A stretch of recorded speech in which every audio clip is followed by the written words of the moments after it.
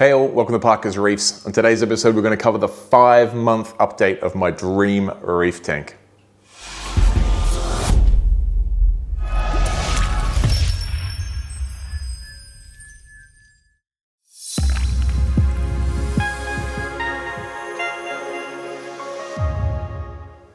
Alright, so thank you for joining me on another episode of Parker's Reefs and another one where I get to feature my Dream Reef Tank. Some of my favorite videos are done standing in front of this tank here, and I'm proud to say that it's reached the 5-month milestone. And I must admit, I've been inundated with requests for updates on how the tank is going, particularly around the coral. So I figured in this 5-month update, I would split it into 3 parts. We'll go over the coral, we'll go over the fish, and then we'll go over some of the infrastructure and equipment just to finish things off. So it could be a little bit of a long video, but you can skip to any parts that you want to see in the description links down the bottom. It'll tell you where to go if you want to see the fish, the coral, or the equipment. But let's get into it with the corals, because I know that's what a lot of you are here to see. And I'm not sure how much you can see from that angle. I'll put some other footage over the top, but I've actually got quite a lot of coral in this tank now, and to my surprise, particularly from the SBS, it's doing really, really well. Not only am I not losing coral and not losing a lot of color on them, they're actually encrusting and growing, and that has absolutely blown my mind. In fact, the tank's really responding to SBS the way I would expect a tank that's maybe 10 months or 12 months old. Normally, I wouldn't recommend going SBS to most people until the tank is at least 6 months old, closer to the 12-month mark. And I put a couple of pieces in, I don't know, maybe at about the 2-month, 3-month mark, and I just sort of put them in there as a canary down the mine, and I was quite surprised to see that not only did they do well, but they actually encrusted and grew. So as you can tell, I went kind of to town and put a lot of SBS in there, as well as some LPS pieces as well.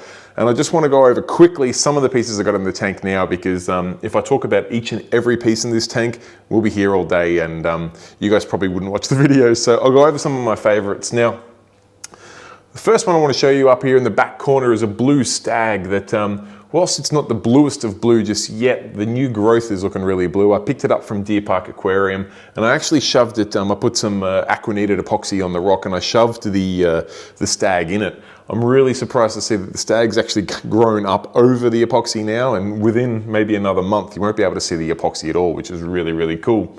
Another piece that I'd love to make a note of is this incredible Cadbury purple aquapora down there. It doesn't show how much it's grown because it came from John Sim, a channel member and channel viewer, and it came on this huge like house variety tile, and I cut that tile back just to make it look a little bit more natural. I didn't want to remove it from the tile, it was well encrusted on that, and I cut that tile back and I left like a 2-centimeter ring around the coral, maybe more, 2.5 centimeters, an inch from my American friends, around where the coral was, and that has completely encrusted over that coral now, and actually it's growing underneath the tile. It's doing that well, and the color on it is just to die for. It's super, super vibrant purple. John mentions that it does go from blue to purple depending on how happy it is or where the conditions are in the tank. I'm happy to say this one has stayed just a solid purple, and it's such a beautiful piece. Not far from that, I've got this beautiful yellowy, we're going to go highlight yellow, very pale green, I guess you could call it, aquapora here, and that was actually one of the first ones I noticed that was encrusting. I was just admiring the piece because it's kind of close to the front of the tank, and I was just squatting down in front of it, and I'm like, ooh, is that a flatworm or something next to the coral? No, it's just encrusted onto the rock. It's actually encrusted quite a lot, and I'll get you some close-up footage there. It's kind of hard to show on camera, but it's encrusting all the way around the branch that I stuck in the rock, and again, it's holding good color and good growth and whatnot there, so I'm quite happy with that. Another piece that it was one of the first ones I noticed was encrusting is this little strawberry shortcake in the front corner here. I mean, strawberry shortcake's a coral that I've always had trouble with for the first few months in the tank. Normally when I put it in, it just goes brown, and it tested me a few times. Whenever I put a strawberry shortcake in it'd brown out, I'd get bored with it and throw it out because no one wants brown coral, right? But then eventually I left one in there long enough, and after it went brown, it came back twice as vibrant in color. This one hasn't gone brown. It's probably lost a little bit of its color, but the really impressive thing is how quickly it's encrusted, and then it's thrown out a couple of new shoots that are much, much lighter in color. So I'm really excited to see how that one goes. Another piece that's encrusting really well is this millipora or spath on the corner here. I think I picked that one up from Aquamarine Aquaristic, and it's just growing so quick. It's got this beautiful pink base with green polyps, and it's encrusting on the rock really quickly. I picked up a little fireworks here, again from Aquamarine Aquaristic, and it too is holding color and encrusting on the rock. I got this bizarre hairy green piece. Not the most colorful of acro, but just has really nice polyp extension, and again, it's encrusting. That's only been in there for maybe a month. It's encrusted over the rock really quickly. A couple of other nice pieces up there that are encrusting, but still encrusting on the tile, so I'll skip over those. They got some really nice color to them though. My digis, no surprise there, they're growing quickly, both upwards and encrusting, both the blue and the forest fire. The green torch I picked up from Nature Aquariums is looking great, holds its color, and under the blues it absolutely pops. Just like my stunning showpiece gold torch here from Nick's Aquarium up in Queensland. That is one that always gets attention from everyone that visits. I've got a few more bits and pieces over here, two large Acropora colonies up there. Some of the first pieces I put in, one from Deer Park Aquarium, one from Nature Aquarium. The one in the center here was the first piece I put in the tank, and it was the test. It was at Deer Park for about 5 or 6 weeks, absolutely glowing on the tank shelf or rack there, and it was like $35 or $40 or something, and it had sat there for 5 weeks. And I said to the owner, I said, I just can't leave this here anymore. I have to try it in my tank and see if it's ready for SPS, because it's an absolutely beautiful piece, and again, it is encrusted really nicely. I've got a couple more bits and pieces around here. The one coral I have lost, yes, I did lose a coral, and you name it, Murphy's Law. The one I lost was my Walt Disney frag. It's always the expensive one that goes. It just paled out. I saw a little patch on it. I gave it a turkey baste and the flesh just peeled off. I know Teneus can be a little bit tricky at times, but when we're talking, I've probably got about 50 pieces of SPS in this tank, and I've lost one so far in a system that's just gone 5 months old. As disappointed as I am to lose a Walt Disney of all things, I'm actually not too disheartened. And I was chatting about it with the store owner at Deer Park Aquarium the other day, and we actually worked out, and I agree with him completely, I'd much rather lose one $800 piece than 20 $40 pieces, because if I'd lost 20 pieces of coral, I'd be so disheartened that something wasn't right with the system yet. When you lose one small little frag, so be it. Sometimes these things happen, and like I said, Murphy's Law, it always ends up being your prized piece and the most expensive coral, but you get that. Coming over this way, I've got a couple of pieces that I pulled out of the idiot-proof reef tank just because I was shutting it down. We'll cover that in the infrastructure later, and there were some nice pieces. So got a nice little dunk in there. I've got this beautiful glittergony around the corner here. There's a couple of favias, there's a chalice. There's also a half-barred gold torch, and this gorgeous red and blue bower banky. They were up to spec from my eyes, and I didn't want to move them on, so I brought them in here. I did just keep them off the rock mostly for the first week or so, just to make sure I could have a good inspection of them, just to make sure there was no pests or anything, because I didn't quarantine them out of that system. I just took them straight out and put them in. Bit risky, but I'm working from home, so I was able to give them a really close inspection over the days to come. Other than that, I've just got some more SPS around here. Some of these Montiporas are doing really well. I've got this gorgeous tickled pink Monty over here. I'm not sure if you can still see me on camera, but I'll put some footage over it. I've got a beautiful Mystic Sunset. I've got a red cap up there, which is doing really, really well. It's growing upwards, like directly upwards, despite having a couple of little, looks like a couple of little burn marks where a bit of detritus has maybe got stuck in it. And one of my latest pieces is this super bright blue stag just sitting over there on the shelf. I haven't quite worked out if I'm going to put it somewhere else. There's a temporary spot where I put it, and it's holding its color really well, so maybe I will leave it there. Absolutely love that piece. The tips on it are just glowing blue.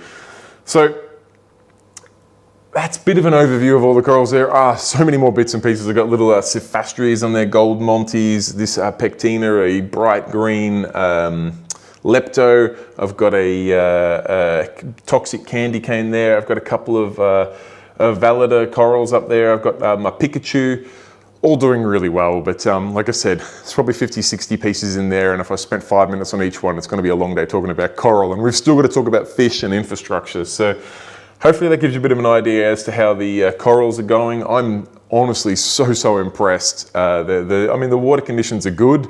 It's still an immature tank, but I'm really putting the success rate of the coral down to the Phillips Coral Care. That's about the only thing that is new to me, the only thing that's really different, and they are giving such an incredible spread, and obviously the spectrum is just right on that sweet spot because these corals are growing so fast. So huge shout out to Phillips, producing some incredible lights, and I know they're not the most common fixture out there, but they get absolutely 10 out of 10 from me because yeah, the coral growth in here is just blowing my mind. Now, we've talked about coral, let's talk about fish because there are some new additions. I know I did a video on my tang gang going in, but we'll see if we can spot any of the new guys. There's one over in the back corner there. I decided my coral was actually growing much too fast, so I put a coral eater in there. Now, he's my prized possession fish from my last tank. It's my tiger page. It's a hybrid, a mix between a lemon peel angel and an ebly angel. That guy being a hybrid, I nicknamed him Prius. I've had him for about 5 or 6 years now, maybe more. He spent most of the time swimming around my previous display tank, just nipping on SPS polyps. I know it sounds horrible, but he doesn't actually really kill. And in fact, in that time, I've only ever seen him actually eat and kill a coral, and that was a Trachophilia. So you may notice I don't have any Trachophilias. That's fine by me. I don't mind if he swims around nipping on SPS polyps. It means I will lose a little bit of polyp extension, but it doesn't actually hurt the SPS, as far as I can tell anyway. And I cannot tell you how happy I am to have him in there. He's my showpiece fish. He's the one that gets away with murder compared to every other fish. And such beautiful coloration on him, and seeing him swim around in this tank is really hitting home that my Dream Reef tank is really starting to get to the level where I want it to be. I know obviously coral's going to take time to grow in, but getting some of your fish that you've always wanted to have back in the system or new to this system just really warms my heart. And he's been in my holding system for about 6 months now, and it's just really cool seeing him swim around in there. So that's Prius, my hybrid angel. I've also got one guy just popped out here, my Flame Hawk pair. I've got Buddy and Jacinta in there. Again, they were in my holding system for a long time. These guys, I didn't buy them as a pair. I paired them up for my non-Australian friends, or even for my Australian friends. The reference of Buddy and Jacinta is from Buddy Franklin, because he used to play for Hawthorn in AFL, which is the Hawks. He's a Flame Hawk, right? And then he moved to Sydney Swans, and they're a red team.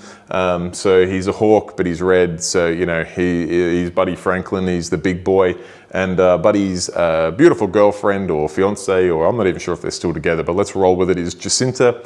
So we got Buddy and Jacinta, and having the Hawks in this tank is just, they add such character to it. And they're a little bit more cryptic than the other fish. So it gives you something to have a look for when you're sitting here, and I'm just sitting looking at the tank, and you sort of have to, the other fish all come up to you expecting to be fed, but the Hawks make you work a little bit more for it. So it's really cool having them in there. And then I just had 4 chromis that again were in my holding system. May as well bring them across. I don't mind the movement and the color and a little bit of schooling.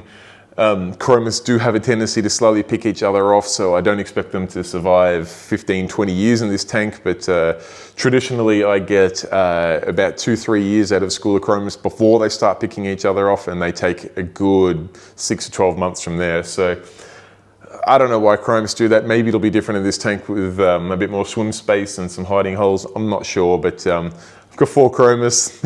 I thought I'd add them in, and I haven't regretted it yet, because they don't really do anything bad. They're just nice, bright, colourful fish that feed super actively when you put some food in there.